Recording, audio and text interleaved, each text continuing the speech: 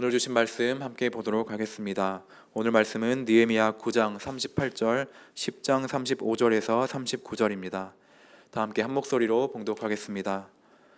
우리가 이 모든 일로 말미암아 이제 견고한 언약을 세워 기록하고 우리의 방백들과 레위 사람들과 제사장들이 다 임봉하나이다 하였느니라. 해마다 우리 토지 소산의 만물과 각종 과목의 첫 열매를 여호와의 전에 드리기로 하였고 또 우리 맏아들들과 가축의 처음 난 것과 소와 양의 처음 난 것을 율법에 기록된 대로 우리 하나님의 전으로 가져다가 우리 하나님의 전에서 섬기는 제사장들에게 주고 또 처음 익은 밀의 가루와 거제물과 각종 과목의 열매와 새 포도주와 기름을 제사장들에게로 가져다가 우리 하나님의 전에 여러 방에 두고 또 우리 산물의 11조를 레위 사람들에게 주리라 하였나니 이 레위 사람들은 우리 모든 성읍에서 산물의 11조를 받는 자임이며 레위 사람들이 11조를 받을 때에는 아론의 자손 제사장 한 사람이 함께 있을 것이요 레위 사람들은 그 11조의 10분의 1을 가져다가 우리 하나님의 전 곳간에 여러 방에 두되 곧 이스라엘 자손과 레위 자손이 거제로 드린 곡식과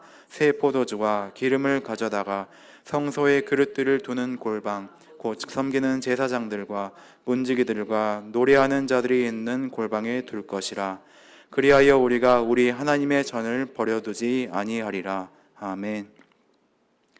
신승비 전사님 나오셔서 헌신의 서약이란 제목으로 말씀 전해주시겠습니다.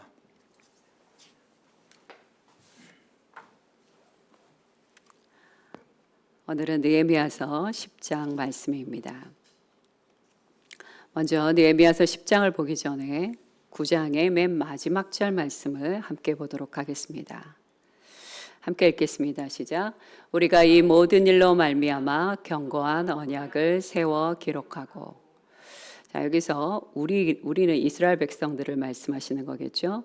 우리는 이 모든 일로 말미암아라고 얘기합니다. 이 모든 일은 무엇을 얘기하는 것입니까? 9장에서 쭉 기록되었던 선포하였던 그 모든 말씀들을 일컫는 것입니다. 그 말씀은 무엇이었습니까? 하나님의 완벽한 사랑, 하나님의 완벽한 돌보심에도 불구하고 이스라엘 백성들은 하나님의 말씀을 귓등으로도 듣지 않았고 한마디로 무시했고 하나님의 말씀을 배반했던 그 모든 불순종의 삶을 일컫는 것입니다. 느헤미야는요, 이스라엘 백성들의 조상들 또한 자신들의 그 불순종의 그 뿌리가 얼마나 깊은지 잘 알고 있었기 때문에 느헤미야는 이스라엘 백성들을 향하여 어떻게 합니까? 그들의 모든 맹세를 서약으로 인도하게 됩니다. 서약을 통해 헌신과 변화의 삶을 이끌고자 하는 것이 바로 느헤미야가 원하던 일이었습니다. 이것은 사람들의 말을 반드시 이행하도록 하는 그 어떤 강력한 힘을 갖고 있기 때문입니다. 느헤미야는요, 과거 유대 아이들을 종으로 삼았던 체주들이 진심으로 뉘우치며 그들이 그렇게 하지 않고 이제부터 그들을 자유케 하겠다는 말을 했을 때 어떻게 했습니까? 그들의 말을 그냥 그대로 넘어가지 않고 그들의 말을 제사장 앞에 맹세로 바꾸는 일을 한 적이 있습니다. 느헤미야서 5장 12절 말씀을 함께 보도록 하겠습니다. 시작. 그들이 말하기를 우리가 당신의 말씀대로 행하여 돌려보내고 그들에게서 아무것도 요구하지 아니하리이다 하기로 내가 제사장들을 불러 그들에게 그 말대로 행하겠다고 맹세하게 하고, 말한 것이 반드시 지켜지도록 맹세하게 하거나 혹은 서약하게 하는 것이 느헤미야의 장점 중에 하나였습니다. 뭐라고 얘기합니까? 내가 제사장들을 불러 그들에게 그 말대로 행하겠다고 한다. 제가 지난주에 여러분과 함께 나누었던 그 진실함에 대해서 다시 한번 기억해 주셨으면 합니다. 진실성이란 무엇이라고요? 마음과 우리의 의지와 그리고 행함이 하나가 되는 것이 될 때 진실하다고 말했습니다. 말로만 얘기하고 행하지 않는 것, 진실하지 않은 것입니다. 우리는 말하고 하나님 앞에 기도했던 것들을 우리의 의지를 들여, 하고 싶지 않은 감정이 내 안에 있을지라도 의지를 들여 그것이 반드시 이루어지도록 만드는 것이 진실한 그리스도인들이 해야 하는 일이라고 말씀드렸습니다. 자, 이제 느헤미야서 9장 38절 후반절 말씀해 보면요, 우리의 방백들과 레위 사람들과 제사장들이 다 임봉하나이다라고 얘기합니다. 오늘날로 치면 도장을 찍고 사인을 하는 것을 이야기하는 것입니다. 언약서에 도장을 찍는 행위는요, 약속을 지키겠다는 공식적인 맹세와 같습니다. 이 언약서에 서약한 이들은요, 유대 사회에 있어서 각계각층의 지도자들이었습니다. 지도자들은 어떤 사람이어야 합니까? 바로 백성들에게 있어서 모범이 되어야 하는 사람들이었던 것입니다. 느헤미야서 10장으로 넘어가게 되면요, 1절부터 27절까지는 이 서약서에 도장을 찍은 사람들, 서약을 했던 사람들에 대한 긴 이름들이 쫙 나오게 됩니다. 그런데 10장 1절에 보면 이렇게 기록이 되어져 있습니다. 함께 읽어보도록 하겠습니다. 시작. 그 임봉한 자는 하가랴의 아들 총독 느헤미야와 시드기야. 자, 첫 번째로 나오는 사람 누구입니까? 느헤미야입니다. 느헤미야는요, 자신이 이루고자 하는 이 종교개혁, 이 사회개혁이 반드시 이루어져야 한다는 그 확고한 의지를 자신이 솔선수범하여 제일 먼저 도장을 찍는 것을 통하여 확실하게 보여주고 있는 것입니다. 자, 서약서에 기록된 이름들이요, 쭉 읽어보다 보면요, 그것을 개인의 이름으로 생각하실 수 있는데 이것은 개인의 이름이라기보다 그 가문의 이름으로 봐야 되는 것입니다. 왜냐하면 그 당시는요, 한 개인의 정체성은 그 가문의 이름을 통하여 입증되을 수 있었기 때문입니다. 뭐 이씨 가문의 누구 이렇게 되는 것입니다. 김씨 가문의 누구 이런 식으로요. 자, 이제 두 번째 10장 28절에서 29절에 보면 공동체의 맹세에 대한 부분이 나오게 됩니다. 지도자들만 하나님 앞에서 서약을 한 것이 아닙니다. 백성들 중 많은 사람들이 자발적으로 서약에 나서기 시작했습니다. 제사장들, 레위 사람들, 문지기들, 노래하는 사람들, 느디님 사람들 등등 백성들도 스스로 자원하여 하나님 앞에 나와 맹세하며 서약을 하게 됩니다. 28절 후반절에 보면요, 이런 말이 나옵니다. 이방 사람들과 정을교하고 하나님의 율법을 준행하는 모든 자. 이 말은 도대체 누구를 뜻하는 것일까요? 이방 사람과 절교하고 하나님의 율법을 준행하는 자들이란 누구를 뜻하는 것이냐? 바로 유대인의 혈통이 아닌 이방 민족 중에서 하나님을 믿는 사람을 이야기하는 것입니다. 그는 자신이 믿었던 이방신에서 이제 하나님께 헌신하기로 개종한 사람을 이야기하는 것이지요. 이들은 혈통은 유대인이 아니에요. 하지만 이들은 유대의 법에서 요구하는 할례 그리고 율법을 그대로 준행하는 사람들입니다. 그래서 이들을 뭐라고 얘기하느냐? 이방 자기 민족과 절교한 사람들. 이들 역시 굉장히 경건한 하나님의 백성들이었습니다. 느헤미야서 10장 29절 말씀을 함께 보도록 하겠습니다. 시작.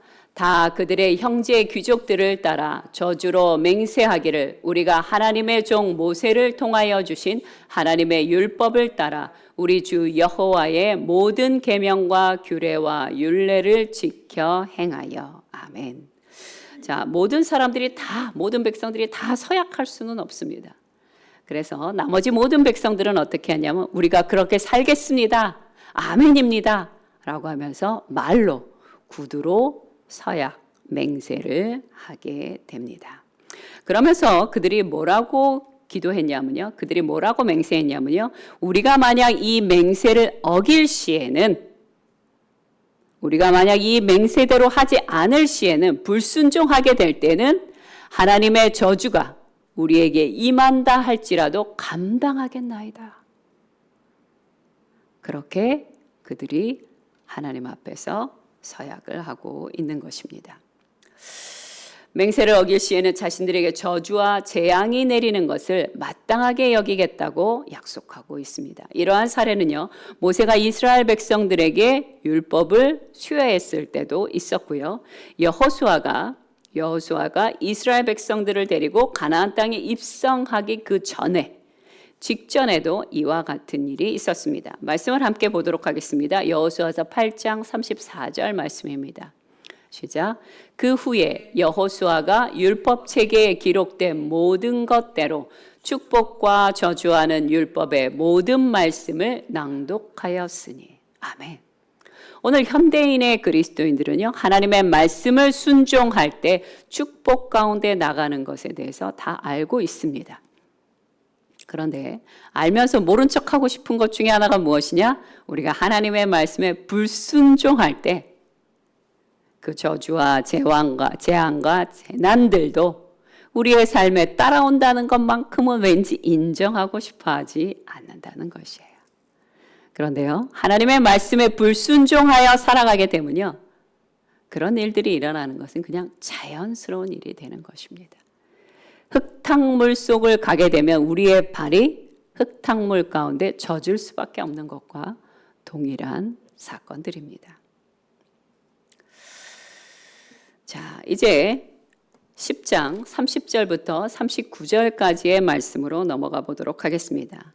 이스라엘 백성들은 하나님 앞에서 참으로 놀라운 서약을 하고 있습니다. 우리가 정말 하나님의 백성답게 살겠습니다 라고 하는 정말 귀한 서약을 하고 있는 것입니다. 그런데 이렇게 훌륭한 목표를 위해 헌신했다 하더라도요, 이것이 구체적인 행동으로 철저히 실천하지 못한다면 어떻게 될까요? 다시 과거의 삶으로 되돌아갈 수밖에 없다는 것입니다. 우리는 목표를 세울 뿐만 아니라 그 모든 과정에 대한 플랜도 함께 세워져야만 합니다. 계획을 그러니까 과정이 진행되어지지 않게 된다면 우리의 삶이 어떤 길로 가게 될지 우리는 충분히 예측할 수 있기 때문입니다. 첫 번째 나오는 것은 무엇이냐? 10장 30절에 나오는 결혼에 대한 부분입니다. 이스라엘 사람들에게 있어서 이 결혼은요, 곧 자신들의 미래를 예측할 수 있는 것입니다. 이스라엘 사람들이 결혼의 함에 있어서 가장 큰 대두되는 문제는 무엇이었습니까? 이방인 여자들과의 통혼의 문제였습니다. 이미 에스라 선지자는 이방 여인들과의 통혼 문제를 한 차례 겪었습니다. 그것을 회복하는 데 있어서 많은 값을 지불했습니다. 느헤미야 역시 오랜 시간 뒤에 이 문제에 봉착하게 됩니다. 이방 여인과의 통혼을 금지할 수밖에 없었던 이유는 순수 혈통을 지키기 위해서가 아니에요. 아까도 말씀드렸죠. 이방 민족이라 하더라도 하나님을 믿겠다고 개종하고 할례를 행하고 그리고 하나님의 말씀대로 행하는 자는 하나님의 백성으로 받아들였습니다. 그럼에도 불구하고 이방 여인과의 결혼을 금지시켰던 이유는요, 순수 혈통을 위해서가 아니라 순수한 신앙 생활을 위해서 이것을 금지시켰던 것입니다. 이스라엘의 과거의 모든 역사를 살펴보면 그들에게 문제가 일어날 수밖에 없었던 이유는 항상 이방의 문화, 이방 종교가 들어왔기 때문이었습니다. 그래서 이스라엘 사람들은 이방 여인, 하나님 앞에 개종한 여인이 아닌 이방 문화를 그대로 답습하고 있는 여인과의 결혼을 금지시키게 되는 것입니다. 가정 안에서부터의 구별된 삶은 바로 우리의 신앙생활에 있어서 안정장치와 같다고 말할 수 있습니다. 두 번째 31절에서 얘기하고 계시는 것은 안식일에 대한 부분입니다.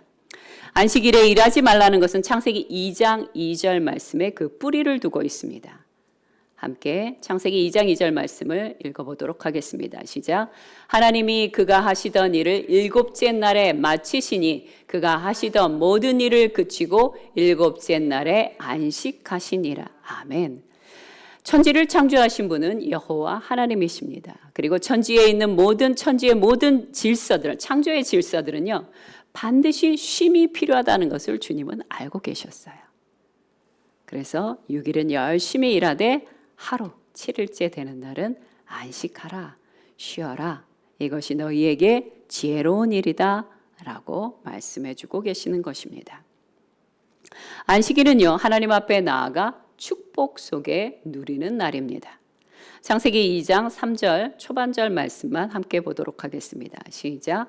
하나님이 그 일곱째 날을 복되게 하사 거룩하게 하셨으니. 아멘. 그러므로 우리는 6일은 열심히 쉬지만 이 안식일에는 하나님 앞에 나와 주님의 그 거룩함과 축복 가운데 누리는 하루가 되어야 하는 것입니다. 그리고 이 안식일은요, 율법으로 문서화되었습니다. 출애굽기 23장 12절 말씀도 함께 보겠습니다. 시작. 너는 엿새 동안에 내 일을 하고 일곱째 날에는 쉬라. 내 소와 나귀가 쉴 것이며 내 여종의 자식과 나그네가 숨을 돌리리라. 아멘.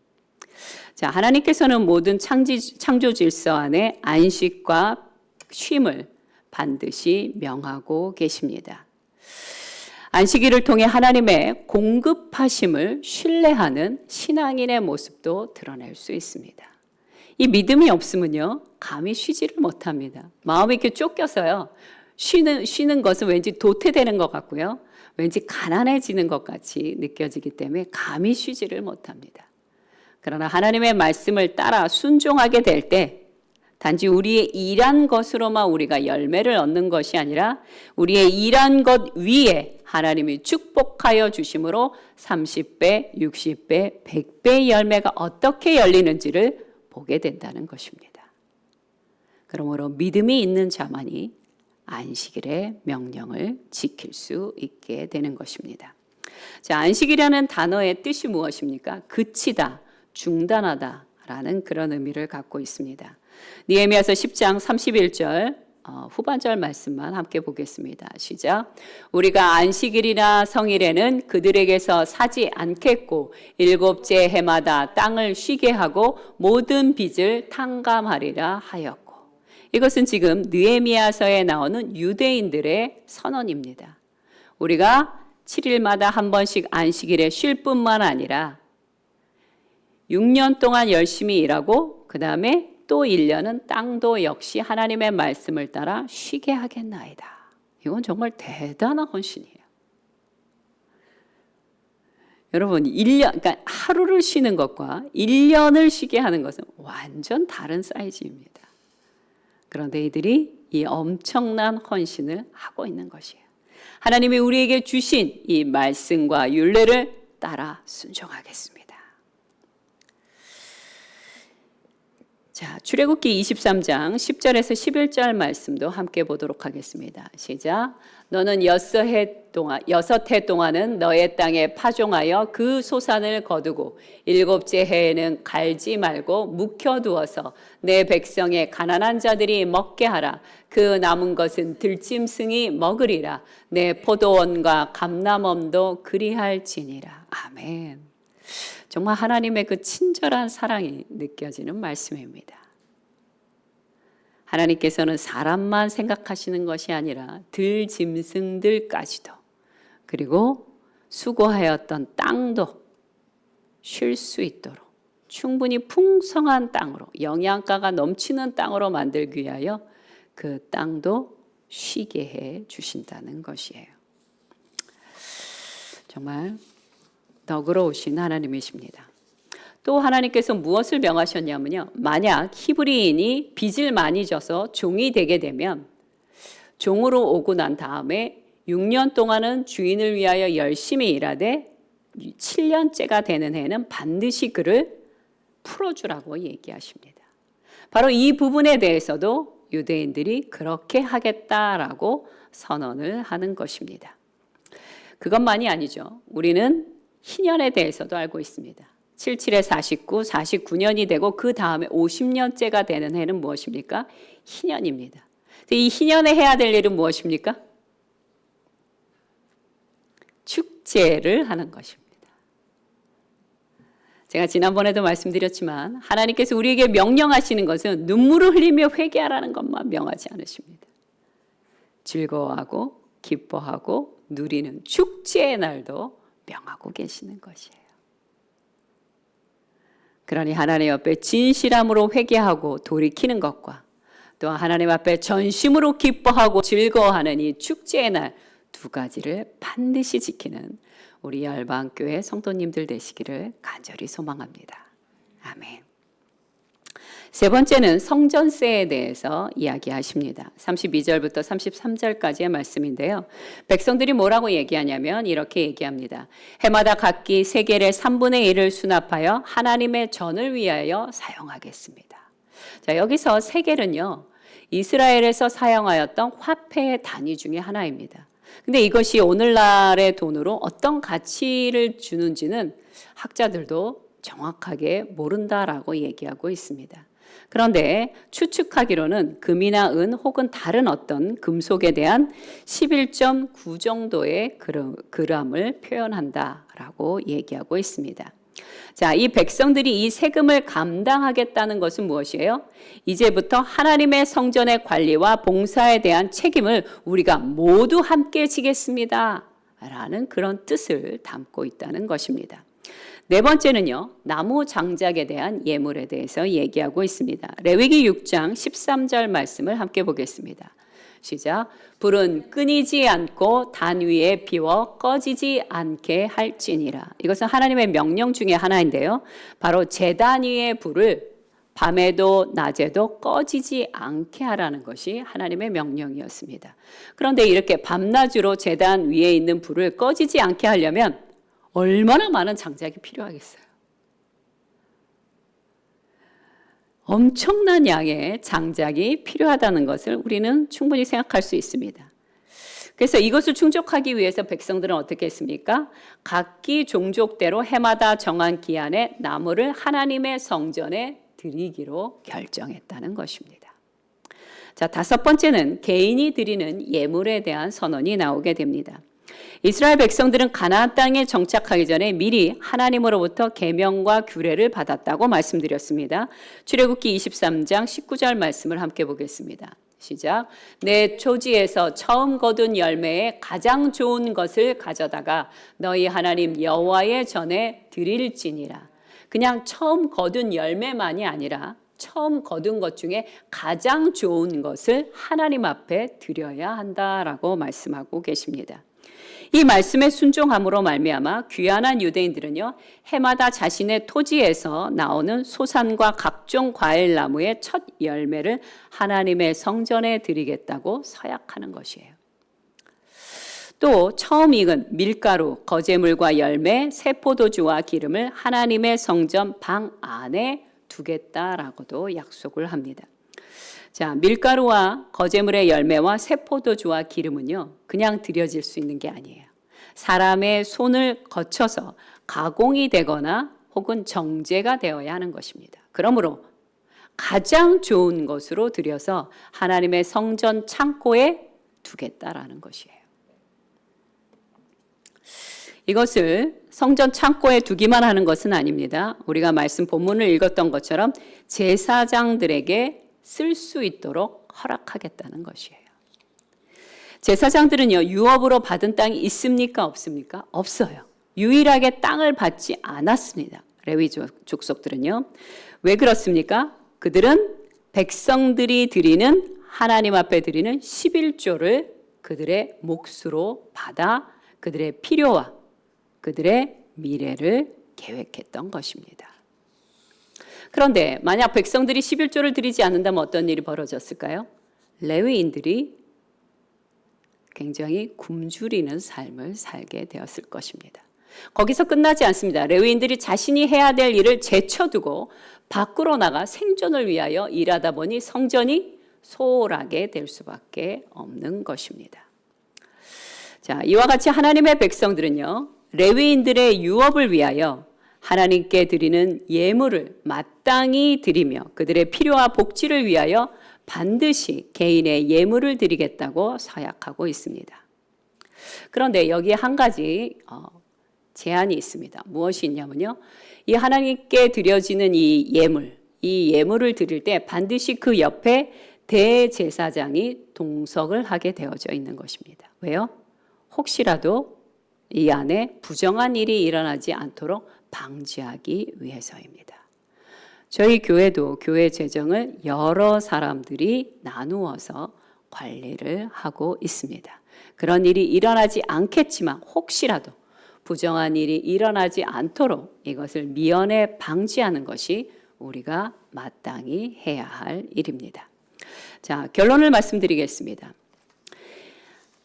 느헤미야서 10장은요, 레위인들과 백성들이 스스로 서약한 것에 대한 요약을 진술하는 것으로 마무리를 짓고 있습니다. 그들은요, 이렇게 이야기합니다. 우리가 하나님의 성전을 버리지 않겠습니다. 소홀히 하지 않겠습니다. 라고 그렇게 굳게 서약합니다. 서약과 맹세를 글로 기록하고 이름으로 써서 서명하며 공개적으로 자신의 뜻을 선포한다는 것은 무엇을 의미합니까? 책임을 지겠다는 것입니다. 내가 힘에 겹도록 이 일을 반드시 책임지겠다라고 하는 굳은 의지를 표명하고 있는 것입니다. 여러분, 국가에 있어서 도덕적인 법은요, 사람들의 삶을 인도해 줍니다. 또 문화적인 법은요, 암묵적으로 하나님의 특별한 백성으로 그들을 구별된 삶으로 인도해 주고요. 종교적인 법은요, 그들을 더욱 거룩한 공동체로 만들어 성도로서의 삶을 살아가게 허락해 줍니다. 하나님을 향한 헌신은 새로운 마음과 그저 그 감동 하나만으로 유지될 수는 없는 것입니다. 에베소 교회는 하나님으로부터 예수 그리스도로부터 칭찬을 많이 들었던 교회 중에 하나입니다. 그런데 예수님께서 이 에베소 교회를 향하여 한 가지를 경고하십니다. 그것이 무엇이었습니까? 첫사랑을 회복하라는 말씀이었습니다. 계시록 2장 4절부터 5절까지의 말씀을 함께 보도록 하겠습니다. 제가 읽어드리겠습니다. 그러나 너를 책망할 것이 있나니 너의 처음 사랑을 버렸느니라. 그러므로 어디서 떨어졌는지를 생각하고 회개하여 처음 행위를 가지라. 만일 그리하지 아니하고 회개하지 아니하면 내가 내게 가서 내 촛대를 그 자리에서 옮기리라. 뭐라고 말씀하십니까? 처음 사랑을 회복하라 라고 말씀하셔요.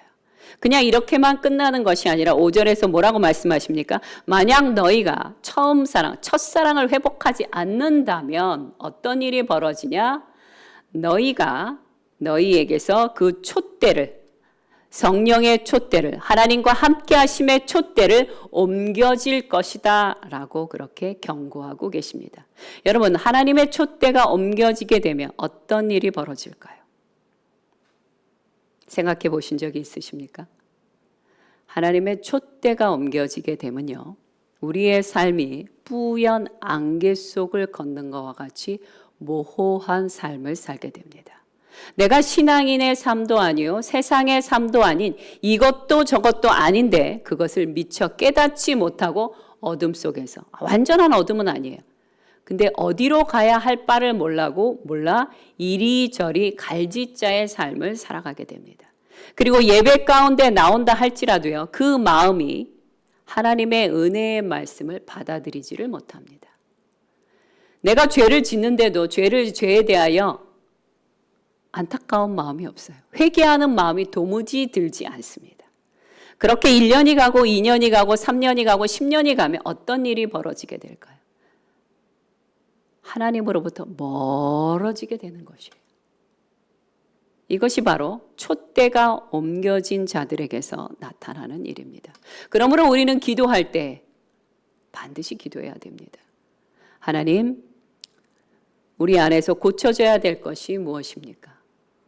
내 안에 죄악이 있습니까? 주님, 보게 하여 주시옵소서. 하나님의 촛대가 오늘도 우리의 삶 가운데 머물기를 간절히 소망합니다. 우리의 가정 가운데 머물기를 간절히 소망합니다. 내가 아무리 애를 쓰고 수고한다 할지라도 나의 창고가 날마다 텅텅 빌 수밖에 없는 것이 촛대가 옮겨진 자들에게서 나타나는 일이라고 볼 수 있습니다. 우리의 헌신과 서약은요, 순종으로 증명되어야 하고 헌신으로 이어져야만 합니다.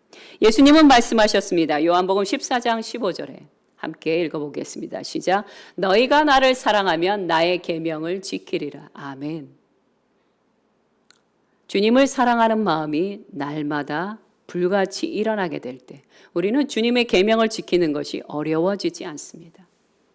여러분, 여러분의 사랑하는 사람들을 위해서 뭔가를 할 때 그것이 어려우십니까? 아니요, 어렵지 않습니다. 힘이 드는 일이 맞는데 마땅한 것으로 알고 그 일을 행하게 됩니다. 예수님을 진심으로 사랑하는 자들은요, 주님을 위해서 행하는 모든 일들이 피곤하고 어려운 일인 걸 알지만 신속하게, 단순하게 그 일에 자신의 몸과 시간을 던집니다. 약속은 누구나 쉽게 할 수 있습니다. 하지만 행동이 동반되지 않은 약속은요, 공허하며 서로 안에 불쾌감을 나타나게 됩니다. 느헤미야와 유다 백성들은 순종하겠다고 약속했습니다. 이제부터 그들이 행할 것은 무엇입니까? 행함과 순종함으로 그들 자신의 진실함을 증명해 나가야 할 것입니다. 우리도 주님을 따르는 신앙인으로서요, 무엇을 해야 되며 무엇을 하지 말아야 하는지 잘 알고 있습니다. 그러니 우리가 해야 될 것도 무엇입니까? 하나님 앞에 순종함으로 나아가는 것입니다. 우리 열방교회 모든 성도님들은 그저 말로만 약속하는 것이 아니라 진실함과 성실함과 온전함으로 주님 앞에 순종함으로 나아가는 신실한 교회 되기를 간절히 소망합니다. 함께 기도드리겠습니다.